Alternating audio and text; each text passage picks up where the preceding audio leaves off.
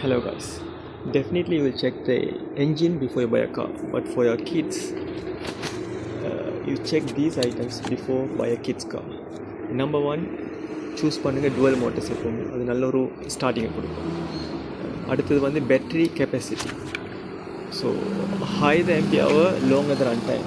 So எவ்வளோ பேட்டரியோட MBR கூடுதோ run time. அடுத்து வந்து சேஃப்டி செக் பண்ணிக்கொள்ளுங்க, ஒரு மினிமம் ஒரு பெல்ட். அடுத்து ஸ்லோ ஸ்டார்ட், அந்த ரெண்டும் இருக்கும். அடுத்து ரிமோட் இருந்தால் மச் பெட்டர், ஈஸியாக இருக்கும் ஆப்ரேட் பண்ணுறதுக்கு.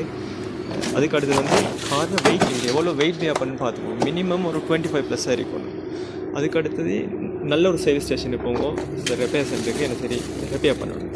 Check the detail in the screen more information.